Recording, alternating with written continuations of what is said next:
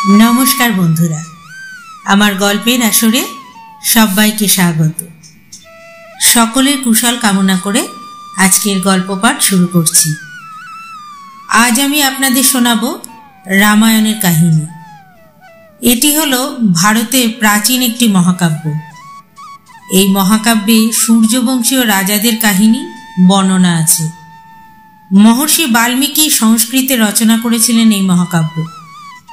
পরবর্তীকালে এই মহাকাব্য বিভিন্ন ভাষায় অনুবাদ করা হয়েছে। এই মহাকাব্যে শ্রী শ্রী রামচন্দ্রকে বিষ্ণুর অবতার রূপে বর্ণনা করা হয়েছে। শ্রী রামচন্দ্র একজন আদর্শ পুরুষের সাথে সাথে একজন পরাক্রমী ও মহান রাজাও ছিলেন। রামায়ণে মোট 7টি কাণ্ড রয়েছে। আজ আমি আপনাদের শোনাবো রামায়ণের প্রথম কাণ্ড বালকাণ্ডের কাহিনী। এই বালকাণ্ডে রামায়ণ রচনার কাহিনী আর দশরথের পুত্রলাভ এই দুটো কাহিনী আজ আমি আপনাদের শোনাবো। সকল শ্রোতা বন্ধুর কাছে অনুরোধ শেষ পর্যন্ত শুনবেন। ভালো লাগলে অবশ্যই লাইক করবেন আর আমার চ্যানেলটিকে সাবস্ক্রাইব করে নেবেন। আপনাদের সহযোগিতা ভালোবাসা আমার একান্ত কাম্য। শুরু করছি রামায়ণের কাহিনী প্রথম পর্ব।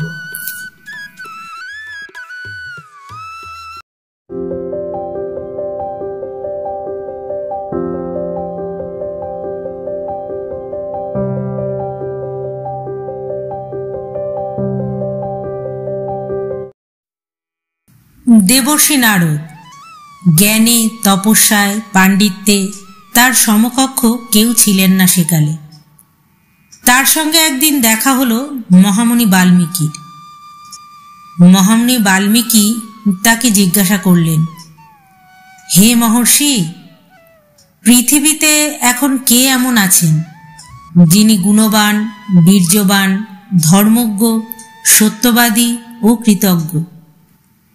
কে তিনি, চরিত্র যার নির্মল, সকল জীবের যিনি হিতসাধক, বিদ্যা যার সমুদ্রের মতো গভীর, যিনি কর্তব্যপরায়ণ, ক্রোধ ও অসূয়া যিনি দূর করেছেন মন থেকে, যার আত্মসংযম আর রূপলাবণ্যের তুলনা নেই? কে তিনি, যাকে রণক্ষেত্রে রুষ্ট দেখলে দেবতাদেরও ভয় জাগে? মহর্ষি নারদ তখন উত্তর দিলেন, মাত্র একজনই এমন আছেন এই পৃথিবীতে, যিনি হলেন অযোধ্যাপতি রাম।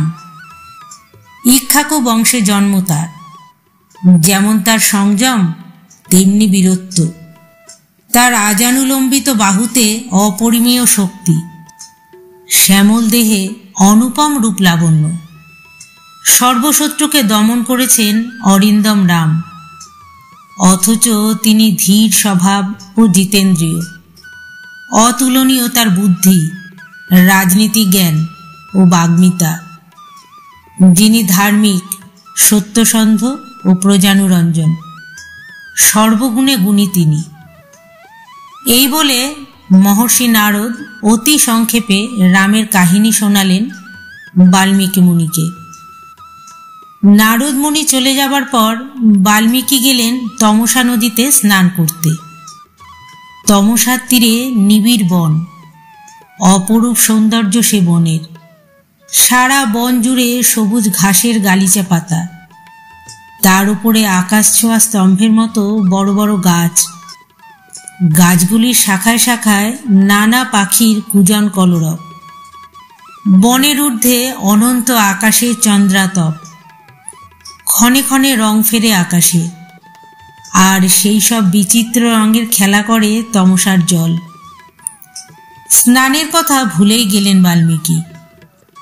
মায়ামুগ্ধের মতো ঘুরে বেড়াতে লাগলেন সেই বনে।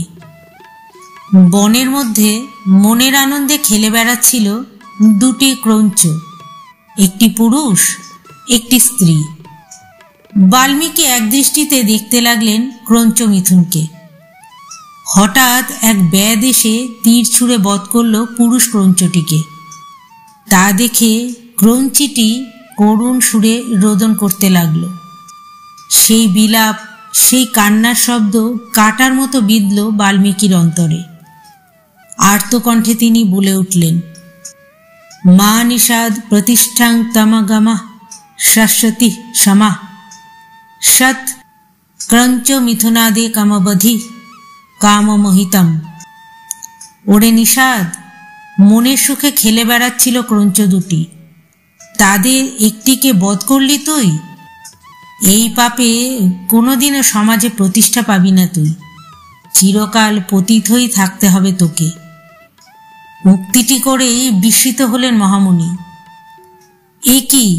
এ কি বললাম আমি, ভাবতে লাগলেন তিনি। সুর ও তালের এমন সামঞ্জস্য কি করে ধ্বনিত হলো আমার কণ্ঠে, এমনটি তো আর শুনিনি কখনো। শোক থেকে উৎপত্তি হলো এই উক্তির। বাল্মীকি তাই এর নাম দিলেন শ্লোক।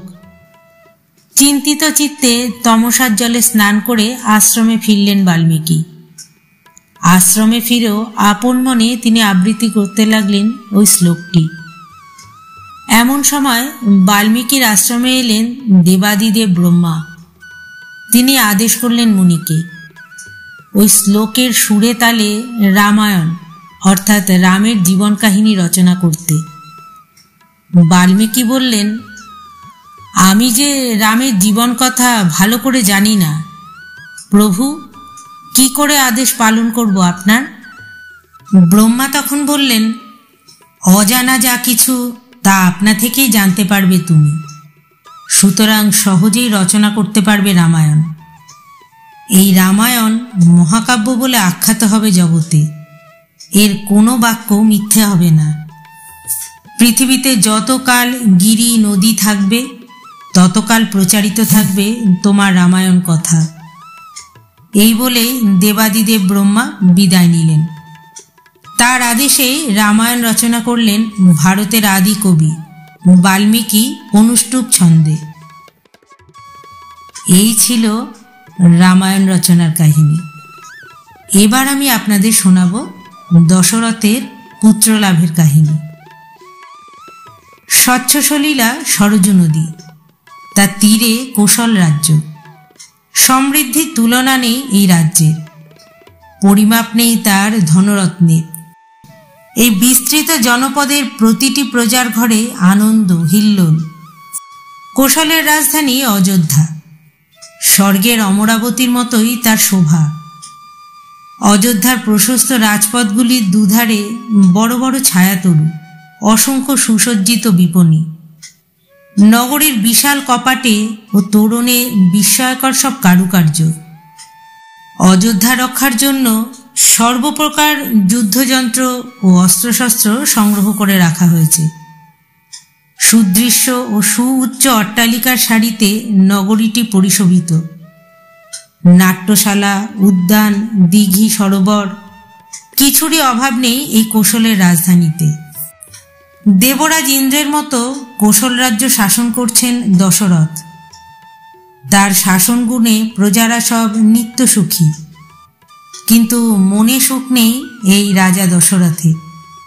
তিনি বৃদ্ধ হয়েছেন। পরমা সুন্দরী তিন রানী তার, কৌশল্যা, কৈকেয়ী ও সুমিত্রা, কিন্তু কারও সন্তান হয়নি এ পর্যন্ত। অবশেষে পুত্র কামনায় অশ্বমেধ যজ্ঞের আয়োজন করলেন দশরথ। অঙ্গদেশ থেকে মহাতেজা ঋষঙ্গমুনিকে নিয়ে আসা হলো যজ্ঞে পুরোহিত হবার জন্য। এলো শত শত স্থপতি ও খনক। সরজু নদীর উত্তর তীরে বিশাল এক যজ্ঞশালা নির্মাণ করল তারা, আর নির্মাণ করল অতিথি অভ্যাগতদের জন্য বিশাল বিশাল বাসভবন।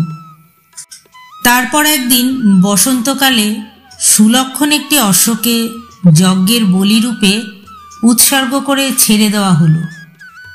অশ্বমেধ যজ্ঞের নিয়মানুসারে ঘোড়াটি 1 বছর ধরে ইচ্ছে মতো ঘুরে বেড়ালো দেশ বিদেশে।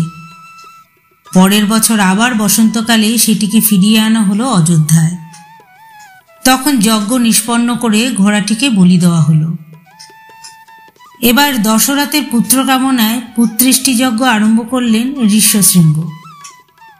এই সময় লঙ্কায় রাজত্ব করছিলেন রাবণ নামে এক দুর্দান্ত রাক্ষস।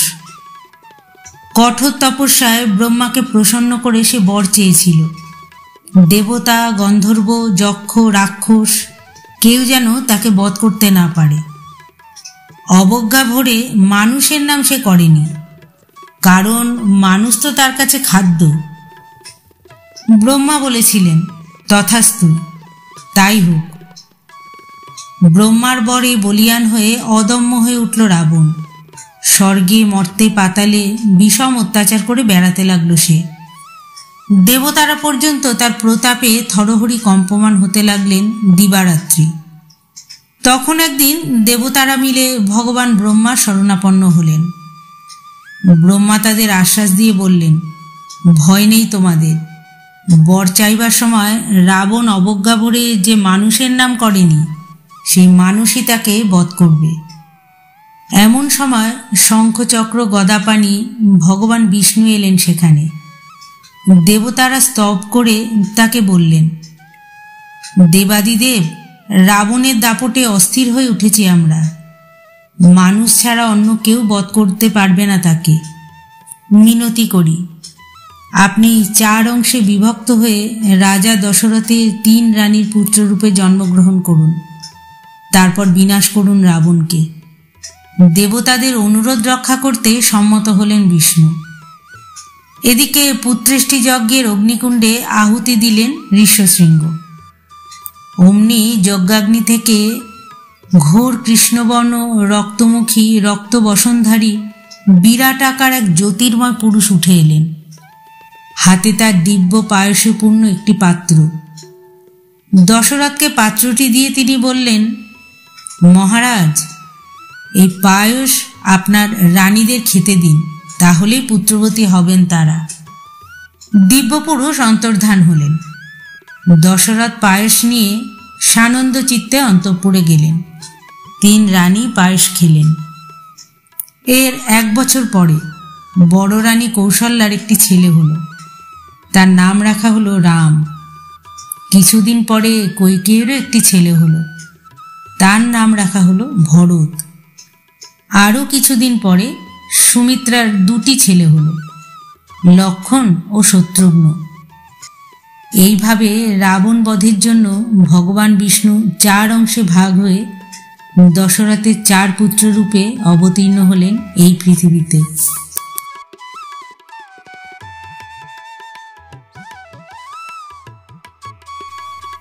রামায়ণের বালকাণ্ডের কাহিনী আজ এই পর্যন্তই। পরবর্তী কাহিনী শোনাব পরের পর্বে। ধন্যবাদ।